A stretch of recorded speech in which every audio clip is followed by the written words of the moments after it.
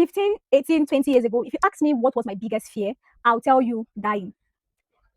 10, 7, 6 years ago, if you ask me what was my biggest fear, is not going to school, not being admitted to read the dream course I want, not being successful, not being in school when my mates are in school. 4, 5 years ago, if you ask me what's my biggest fear, I would say being poor, because I'm poverty. Being poor, it was one of, in fact, even till now, it's top of the list of my biggest fear. If you ask me right now, what is my biggest fear? I'll tell you categorically, it's achieving everything I've ever wanted in life, being a fashion designer, being a mother, being a wife, etc. And then having a terminal disease from nowhere. Yes.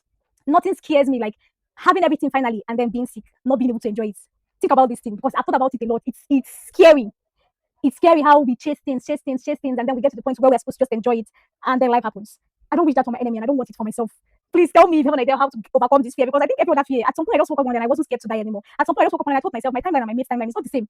You might be ahead of me now. That is how your own lifespan is supposed to be. And God forbid, you might achieve everything early and die early. And I might be late in achieving things, but things very long, healthy lifestyle. I'm not wishing that for anybody. I'm just saying I had to come myself back. So that's how I was able to deal with that particular fear. Then when it comes to the fear of being poor, never leave my body. Oh, see, person will hold money, hold open doors.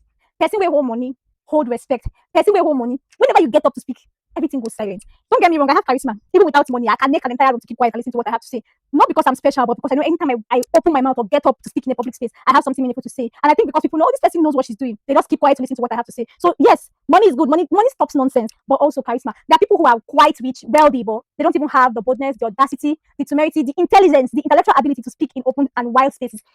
Education is important. Education is very important. Don't let anybody deceive you. That's all I have to say for today. Ciao.